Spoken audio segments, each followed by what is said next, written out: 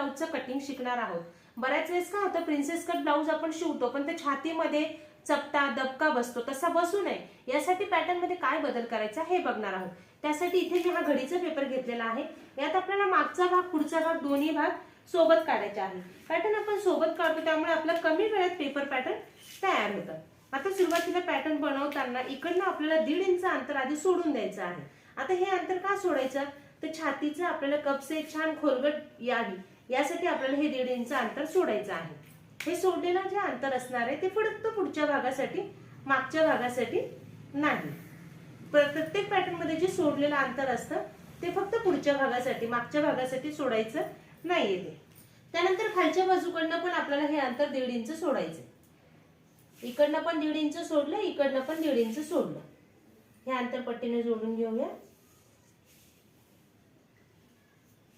त्यानंतर आपल्याला ह्या रेषेवर ब्लाऊजची उंची घ्यायची आहे। ब्लाऊजची उंची आहे 14 इंच, 1 इंच शिलाई मार्जिन ऍड केलं 15 इंच। जी तुमची उंची असेल ती तुम्हाला घ्यायची आहे। तुमच्या उंचीनुसार तुम्हाला ही सगळी मापं टाकायची आहे।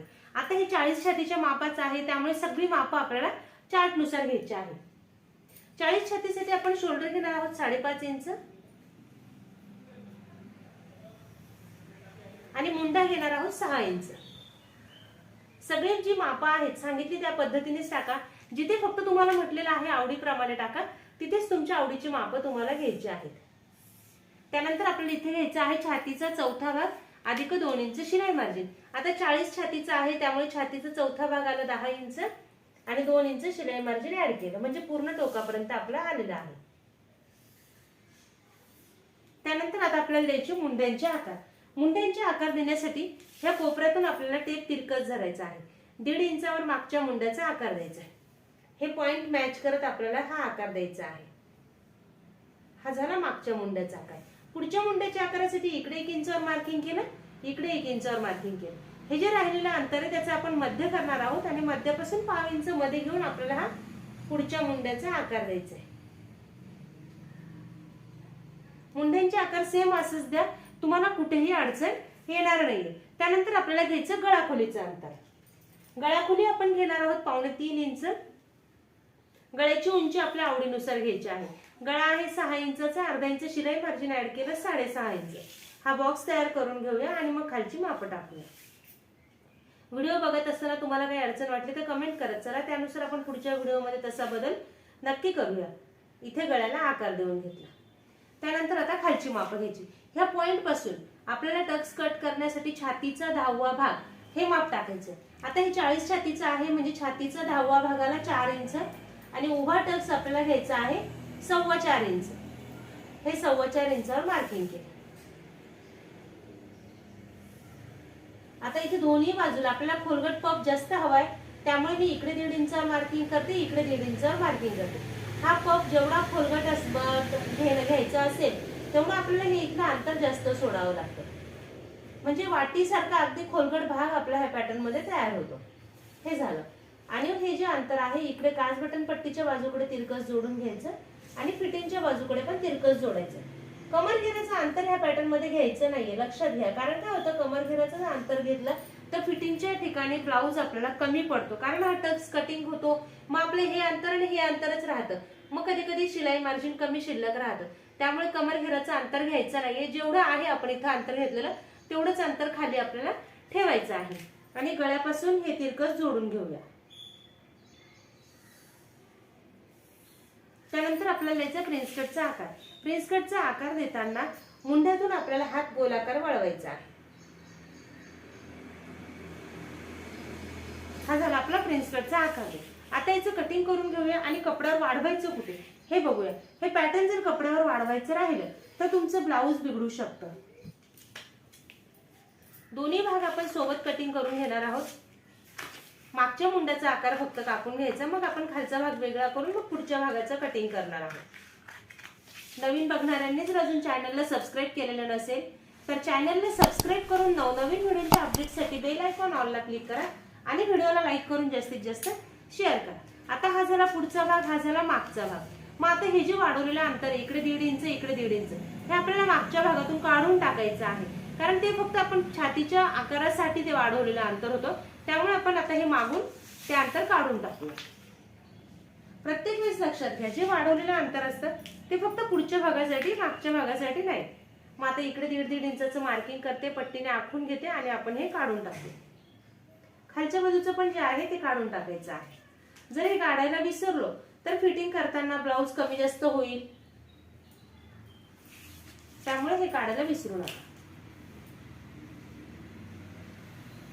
आपली पेपर पॅटर्नची ही अगदी सोपी पद्धत आहे. कमी वेळात आपलं पॅटर्न तयार होतं आणि शाळा न शिकलेल्या ताईंना पण परफेक्ट पॅटर्न बनवता यावं अशी ही आपली सोपी पद्धत आहे. कॅल्क्युलेशन कुठे पण नाहीये, सगळी मापं चार्टनुसार आपल्याला घ्यायची आहे. आता याचं कटिंग करून घेऊया आणि मग गळ्याचा आकार टाकूया.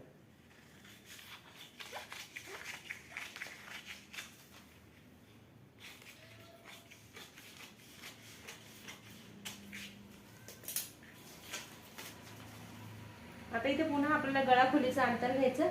गळाखोली आपण घेतली होती 3.25 इंच. हे 3.25 इंचाचं मार्किंग करते. गळ्याची उंची आपल्या आवडीनुसार घ्यायची आहे. गळा आहे 9.5 इंचाचा, अर्धा इंच शिलाई मार्जिन ऍड केलं 10 इंच. हा इथे बॉक्स तयार करून घ्यायचा. पट्टीचा वापर शक्यतो पॅटर्न बनवताना करा, म्हणजे तुमचे आकार व्यवस्थित येतील. आणि इथे कोपऱ्यात गळ्याला आकार द्यायचा. खालच्या बाजूला पसरट नको हवा असेल तर वरती जे अंतर घेतलं तेच इथे अंतर घ्या. जर तुम्हाला पसरट हवा असेल तर इथलं अंतर वाढून घ्या आणि पट्टीने गळाखोलीच्या अंतरापर्यंत ते जोडून घ्या. आपल्याला खालचा टक्स घ्यायचा आहे 4 इंचाचा आणि उभा टक्स आपल्याला गळ्यापेक्षा 5 इंचाने कमी घ्यायचा. मग 4.5 इंचाचा उभा घेऊया आणि ह्या टक्सचं पूर्ण शिवण आपल्याला करायचं आहे 1 इंच, म्हणजे इकडची बाजू अर्धा इंच आणि इकडची बाजू अर्धा इंच. आता याचं कटिंग करून घेऊया आणि मग पुढच्या भागाचं कटिंग करून ते कपड्यावर वाढवायचं कुठे ते बघूया.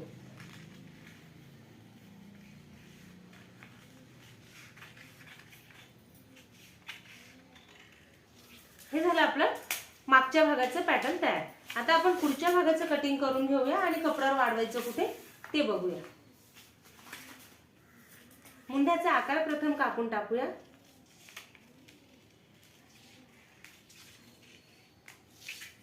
त्यानंतर गळ्याचा आकार कापून घेऊया.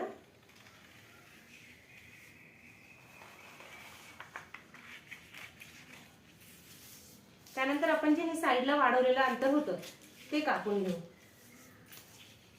आणि हे जे खालचं अंतर आहे टक्स फक्त आपल्याला छातीच्या भागातच खालच्या बाजूला वाढवायचे. शिवून बरोबर इथलं अंतर सरळ होऊन जातं. कमरपट्टीची जशी आपण दुमडपट्टी देतो कमरेला, तशी सेम दुमडपट्टी आपल्याला इथे पुढच्या बाजूला करावी लागते. शिवताना कपड्यावर शिवताना दुमडपट्टी टाकायची. 1.5 ते 2 इंचाची दुमडपट्टी टाकायची. हे झालं आपल्या पुढच्या भागाचं पॅटर्न तयार. आता हे पॅटर्न कपड्यावर उभ्या किंवा आडव्यात ठेवायचं आहे. पॅटर्न कपड्यावर याच्यामध्ये कोणतंही क्रॉस मध्ये ठेवायचं नाहीये. पाठीचा भाग झाला, पुढचा भाग झाला, सगळे पॅटर्न उभ्यात किंवा आडव्यात ठेवायचं आहे. फक्त आपल्याला इकडची बाजू आणि इकडची बाजू पूर्ण ह्या टोकापासून खालीपर्यंत, ह्या टोकापासून खालीपर्यंत शिलाईसाठी जेवढा कपडा लागणार आहे अर्धा ते 5 इंच तेवढाच फक्त कपड्यावर वाढून घ्यायचा, जेणेकरून शिलाई झाल्यावर हे भाग जोडले जातील. म्हणजे आपल्याला फिटिंगला कुठेही कपडा कमी जास्त होणार नाही, ब्लाऊज ओढल्या खेचल्यासारखा होणार नाही. त्यामुळे हे कपड्यावर शिलाई मार्जिन वाढवायला मात्र विसरायचं नाहीये. सेम अशाच पद्धतीचं पॅटर्नचं कटिंग करा आणि तुमच्या मापाचं सुंदर असं ब्लाऊज शिवा. धन्यवाद.